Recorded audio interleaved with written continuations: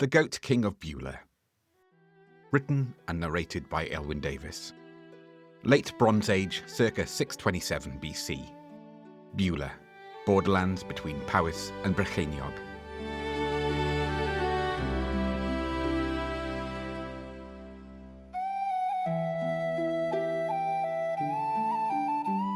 We rarely choose what we are remembered for, and the dead hold no sway over how the living make use of their failings.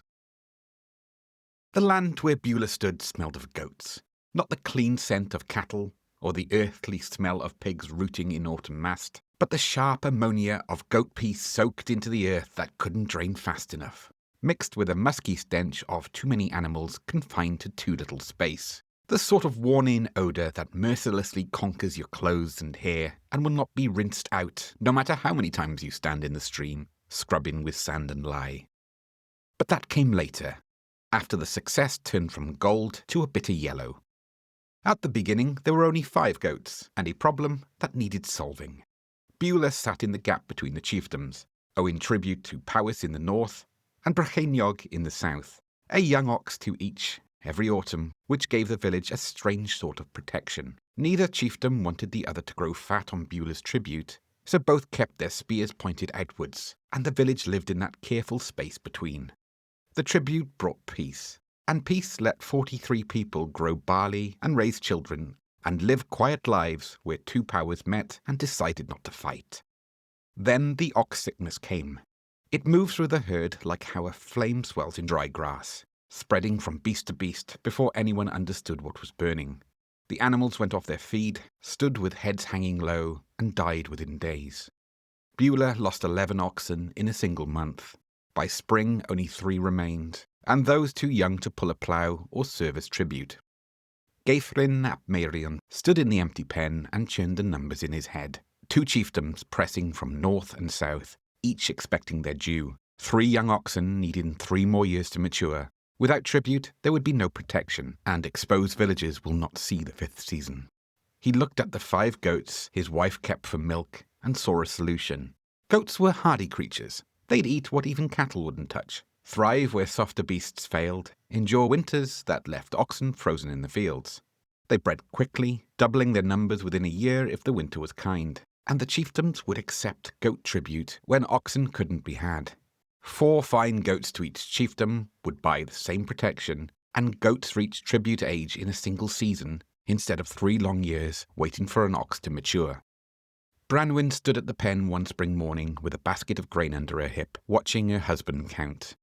5 goats yesterday, 9 this morning, with 4 spring kids still damp from birth and already testing the fence stakes. "We'll keep 20, Geifryn said without looking up. 4 each for the tribute, the rest for breeding stock. Another year and we'll be secure."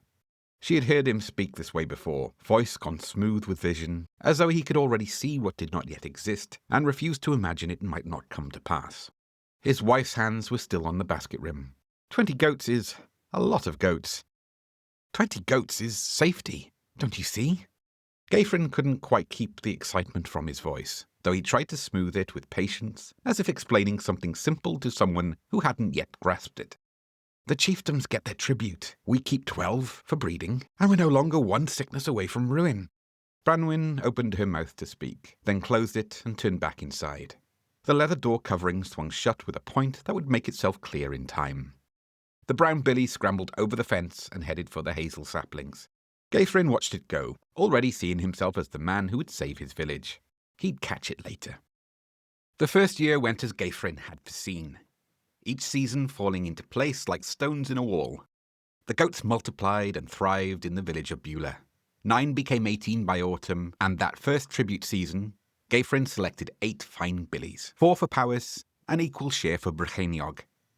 The chiefdoms accepted the goat tribute without complaint, and the village was safe. By the following spring, 18 had become 24.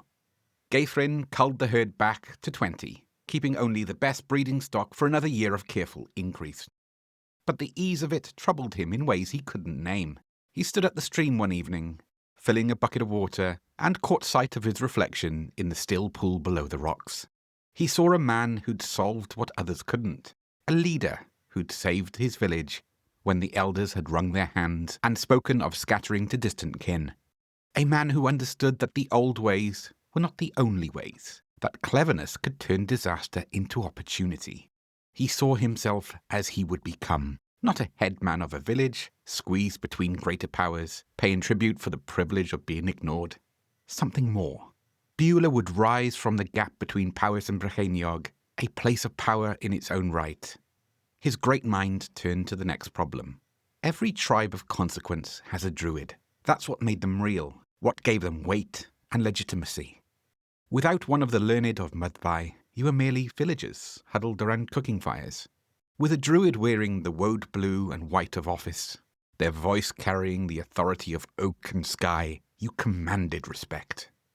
Druids chose their own placements during their wandering, seeking tribes with wealth, stability, vision, settling only when they see a chief worthy of their time and wisdom. Geifryn turned the problem over in his mind, counting now in goats rather than safety. 60 goats would make Beulah prosperous enough to draw a druid's eye. 60 meant tribute paid, surplus to trade for spearhead, bow and bronze. Wealth visible enough that a wandering druid might pause in his journey and find himself compelled to remain. The numbers now turned and leaped in his mind. 60 goats to draw a druid's eye, then 80 to make neighbouring villages take notice, 100 to give lesser headmen cause to think where power truly laid, and where their tribute might be better offered. Geifryn looked into the water and saw himself as he would become, the Goat King, and the first chief of Beulah, ruler of the Gap, the man who would, in time, bring greater powers to heal. The second year went as well as the first. 20 became 35 by spring, 52 by autumn's end. The third year brought 68 goats, and Geifryn's tally showed him nearly there. The air grew heavier as summer turned. Mothers began hanging washing further from the pens. Children came in from play wearing a smell that would follow them like a shadow. At night, the bleating never quite stopped. Fence posts creaked under the weight of animals testing them. The goats had a way of appearing where they hadn't been moments before, on roof edges, across pathways, in doorways chewing with slow, deliberate jaws, watching with beaded eyes that held still and revealed nothing. Branwen's hands were still when he spoke of goats now, her spindle hanging motionless. Neighbours greeted Geifryn with the same words as before, but their gazes shifted to the pens, and what showed was something else entirely. He tallied 68 goats and saw 70 approaching.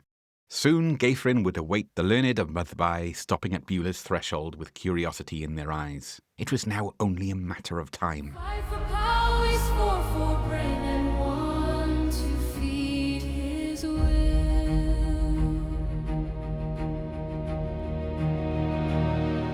The hazel saplings went first, bark stripped in spirals from root to tip, white wood showing like bone beneath the skin. Caddoc the elder came to Geifryn's door on an evening where the moss was thick around the cooking fires. He was 70 years old, and his face, like a hardened root, left a season in sunlight and frost. "Your goats are destroying the commons. It's time to bring an end to this madness and salvage what is left." Geifryn looked up from the bronze he was polishing.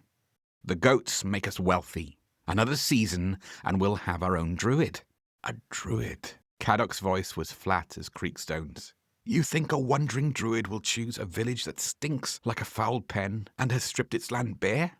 They are learned men. They will see prosperity and power. 60 goats represent more wealth than most chiefdoms have.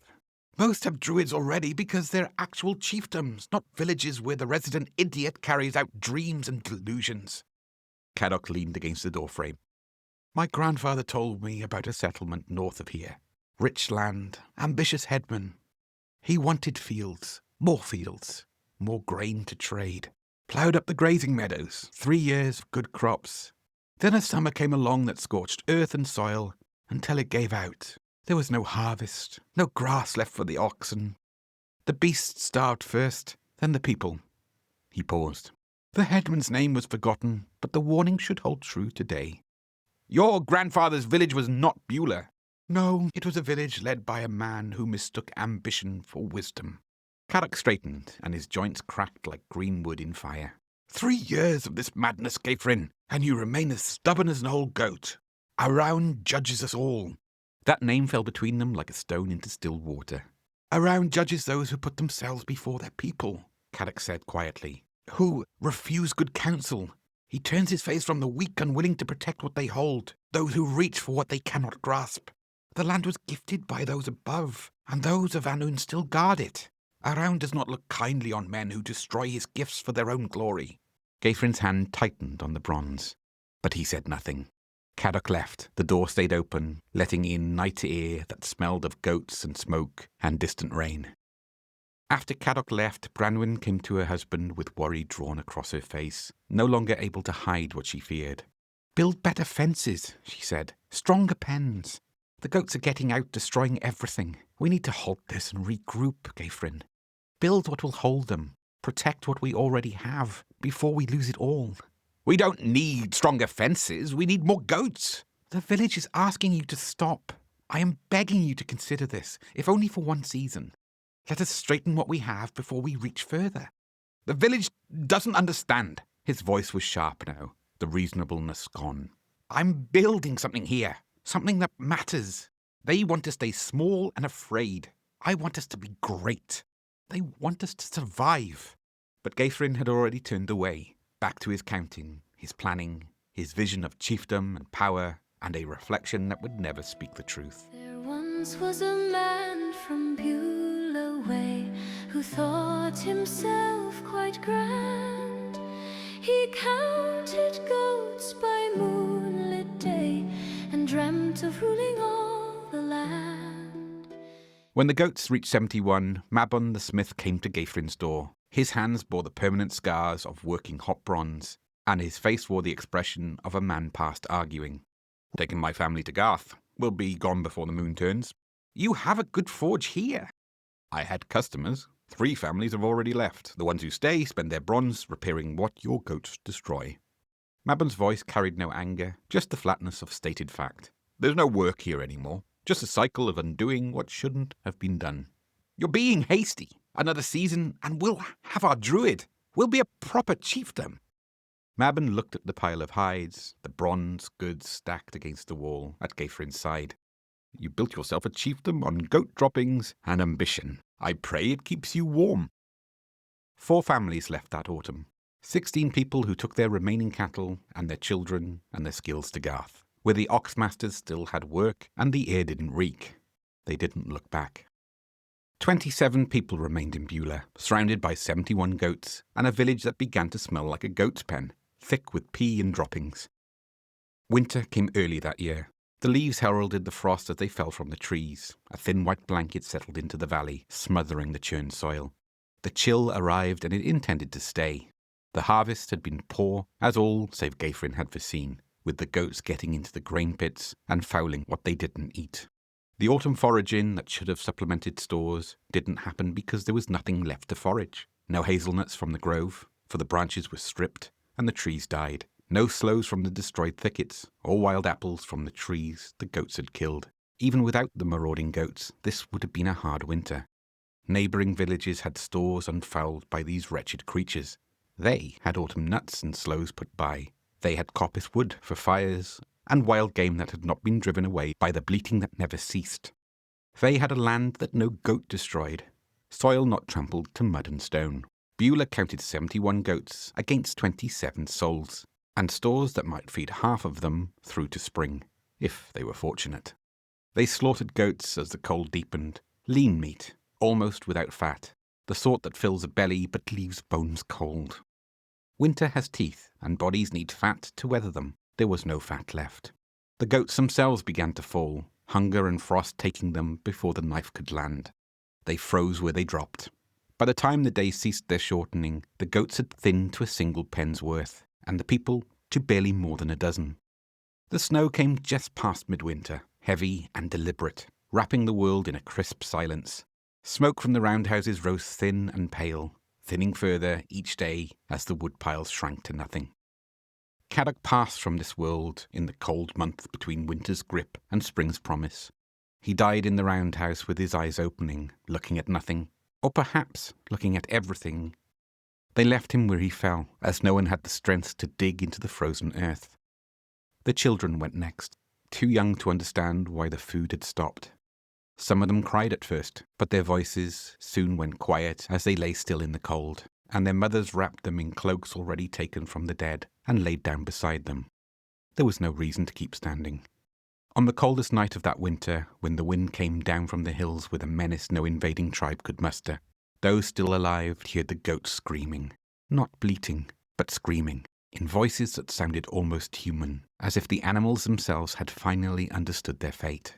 Dwynwen Ferch Idwal was 16 when her husband died, with frost on his beard from his last breath, freezing in the air. She wrapped him in their cloak and left him there, because what else was there to do? By the time green shoots pushed through the frozen earth and the world remembered how to grow again, most of Beulah lay dead. 5 people remained, and enough goats to begin the cycle again, if anyone had been foolish enough to let them. The survivors gathered in what remained of the commons: Branwen, Dwynwen, and 3 others whose names the story doesn't preserve. They spoke of walking to Garth, of leaving before they were too weak to make the journey. Geifryn stood in the doorway of his roundhouse and watched them. He'd grown thin over the winter, his face all angles and hollows, his eyes bright with something that wasn't quite hunger and wasn't quite madness, but lived somewhere in between the two. "You're leaving," he said, and it was not a question. "There's nothing left here." Branwen's voice was quiet. "The goats have eaten everything. Come with us, Geifryn, please." "Come with you?" He laughed, and it sounded like a goat's bleat. "Leave my chiefdom? Leave my goats? I'm chief of Beulah, and what you see is mine. All of it." "Geifryn, please." "Go, then." His voice was quiet, but it carried an edge it hadn't held before, as though something in his throat had changed. Saliva gathered in the corners of his mouth and dripped onto his beard, thin and pointed now, each drop freezing white against the matted grey before it could fall. "Leave now, before the sun sets and I can no longer hold my hunger at bay. I've been eating the goats, you see." He paused, working his jaw as though still chewing. "But the ache never leaves. It gnaws and gnaws, and I'm forever hungry. Always."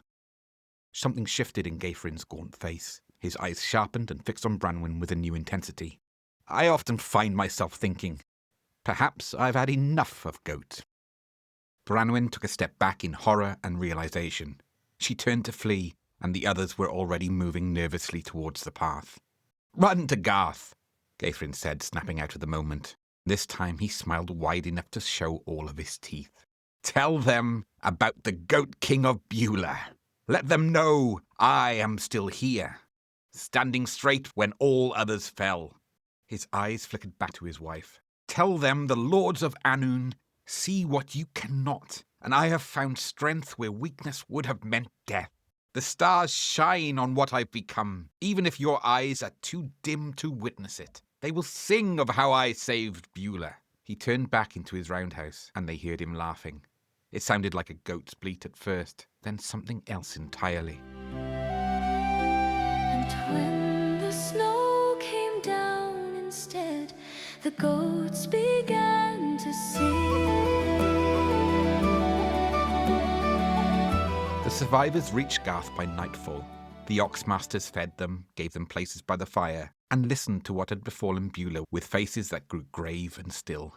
They spoke in low voices as the fire burned down. What remained of Beulah could not be left as it was. To leave what Geifryn had become still breathing amongst the ashes of his ambition would be an offence against the land itself. Around guards what is sacred, and those who defile his gifts do not go unnoticed.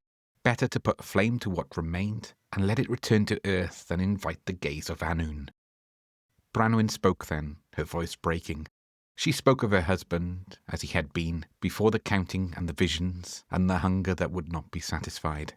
If they razed the village, she said, if they took away the last remnants of what he'd tried to build, perhaps whatever held him would release its grip. Like waking from dark dreams into daylight, he would see clearly again and remember his name.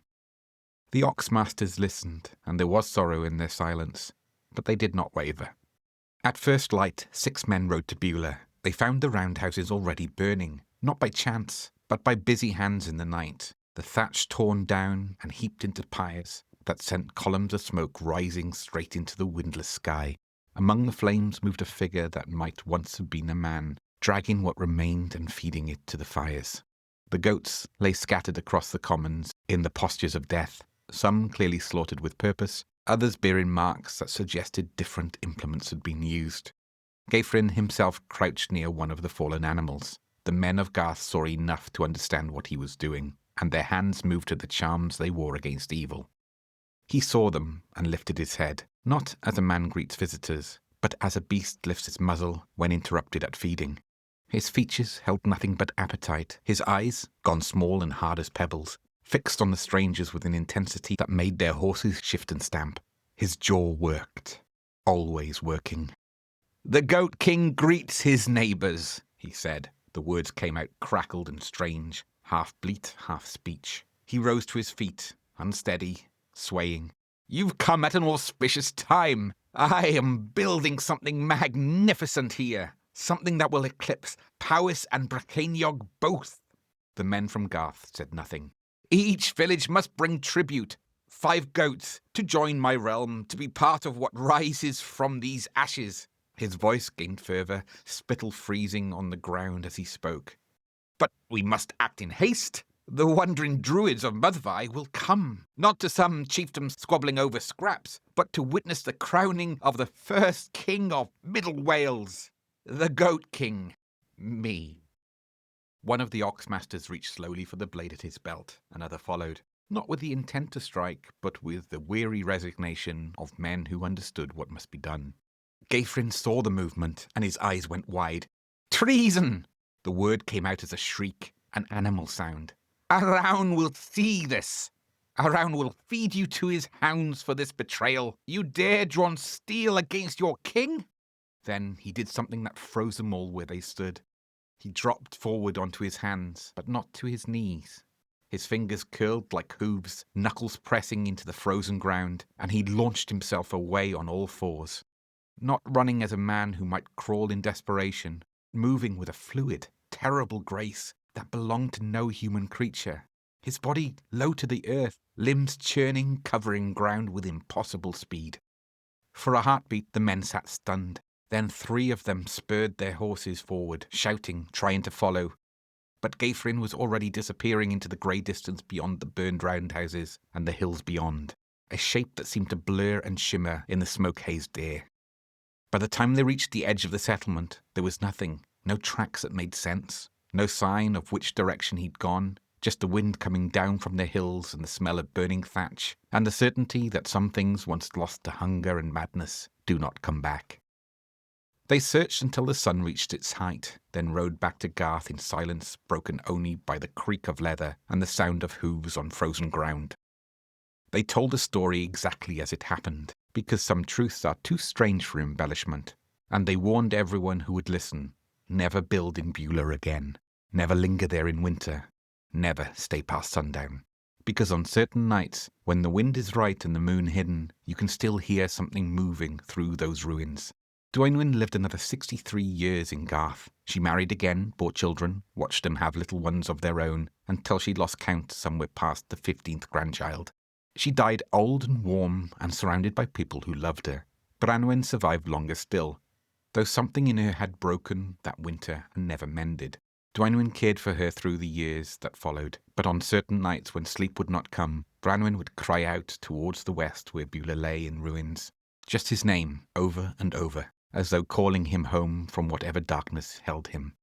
Some claimed that if you listened with care on those nights, you could hear something answering from the hills. A sound like bleating, tortured and faint, as though whatever Geifryn had become was calling back to her across the distance. Others said it was the wind or goats from the neighbouring villages, or the grief of a broken woman who could not let go. Dwynwen never forgot Beulah, and she told the story to all who would hear it. The tale spread as such tales do. Within a generation, every village in the borderlands knew what had befallen Beulah when the goats multiplied beyond wisdom's counsel. Within 2 generations, it had become the manner of story told on winter nights when the wind rose and the fire burned low. The law that emerged was plain enough for any to understand. 1 goat for every 5 people, never more. Those who spoke of increasing their herds were met with 2 chilling words: remember Beulah. That was the Beulah law. As for the saying, stubborn as an old goat, that too had its roots in Geifryn's tale.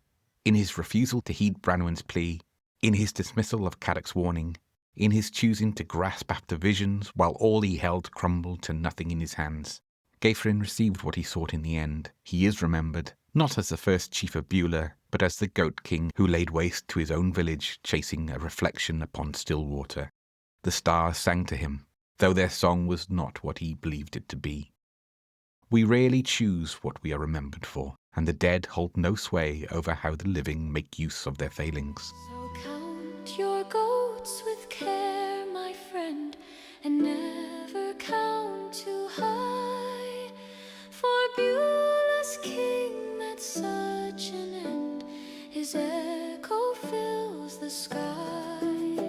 One goat's milk, two goats' cheese, three's plenty for the pair.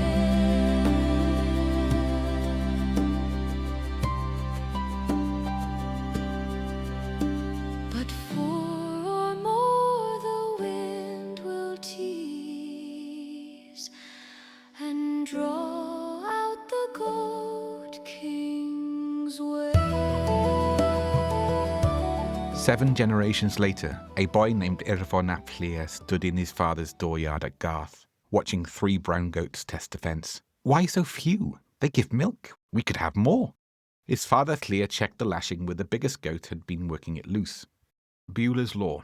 1 goat for every 5 people. Your grandmother's grandmother knew Geifryn, the woman who survived Beulah's winter.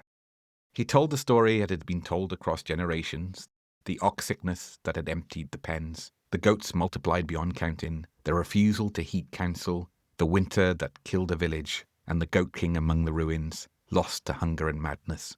But that was a long time ago, Meirion said. Not so long that we'd forgotten why, when the wind rises and the darkness falls, something that was once a man, still wandering, still hungry. Clear's voice carried the matter-of-fact tone of one speaking of things widely known but seldom discussed. We oxmasters don't linger there in winter, and we don't stay past sundown. Some sounds are better left in darkness. The boy watched the goats a moment longer, then went to help his father, because some wisdom is bought with other people's suffering, and only a fool refuses such a gift. The land where Beulah stood remains in the borderlands between Powys and Brycheiniog, where the valleys run green and the hills rise grey with stone. Fine grazing land, the sort that seems blessed by those above, yet as of today no one has built there since the burning. The oxmasters of Garth graze their cattle there still, but never for long, and never in numbers that might take too much, never in winter, never past sundown, because on certain nights when the wind comes from the west and the air grows heavy, you can hear it, a sound that might be a goat screaming, or a chilling cry that might be something else entirely.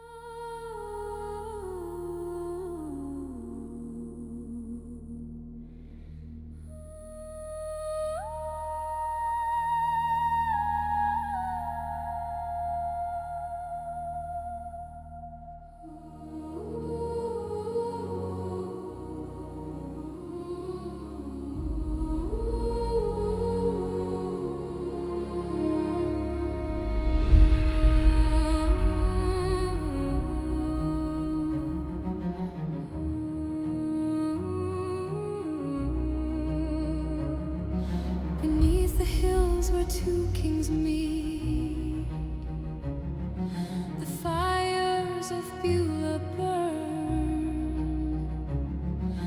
5 small goats in fields of peace, and no one yet had learned. He counts them still when frost winds blow from hollow to the hill.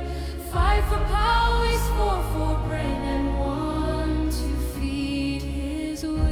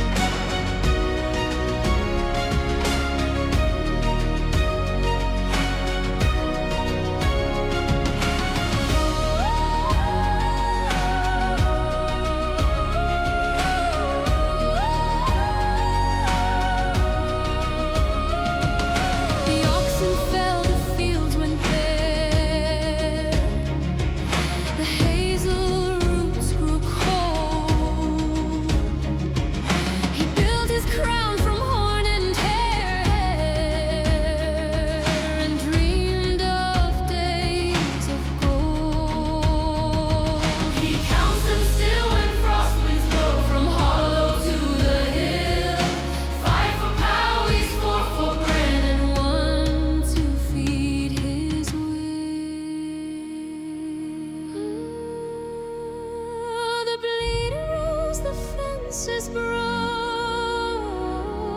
the stars turned pale with fear, and all who stayed in Beulah's smoke still hear his voice draw near.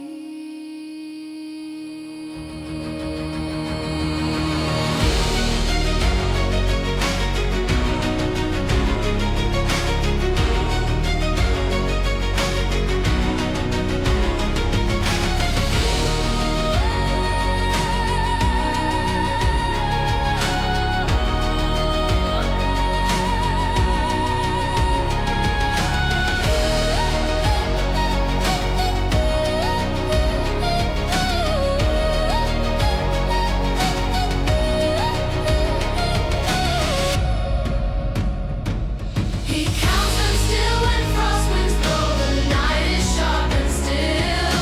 5 for power, he's 4 for brain, and 1 to feed his will.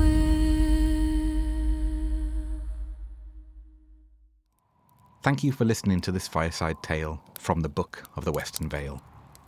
Elwyn Davis, October 2025.